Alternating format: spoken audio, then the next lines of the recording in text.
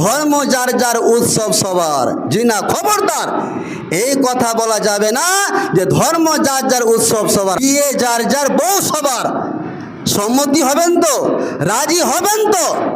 আপনি বলেন মানা সাহেব এই কথাটা শুনতে ভালো লাগলো না, তো ওটা ভালো লাগলো না, তা করে ভালো লাগবে যে ধর্ম যার যার উৎসব সবার। আপনি মুসলিম, আপনি হিন্দু, আপনি একজন মুসলিমকে তাদের উৎসবকে পালন না করতে গিয়ে আপনার নিজের উৎসবকে জবরদস্তি পালন করতে বলছেন, এতে কি মানায়? কখনো নয়। কাজে ধর্ম যার যার উৎসব সবার এ কথাটা না বলে এ কথাটা বলতে শিখুন, ধর্ম যার উৎসবই একান্ত তার, ধর্ম যার উৎসবই একান্ত তার, এই কথাটা বলতে শিখুন। চলে আসছে কালী পূজা।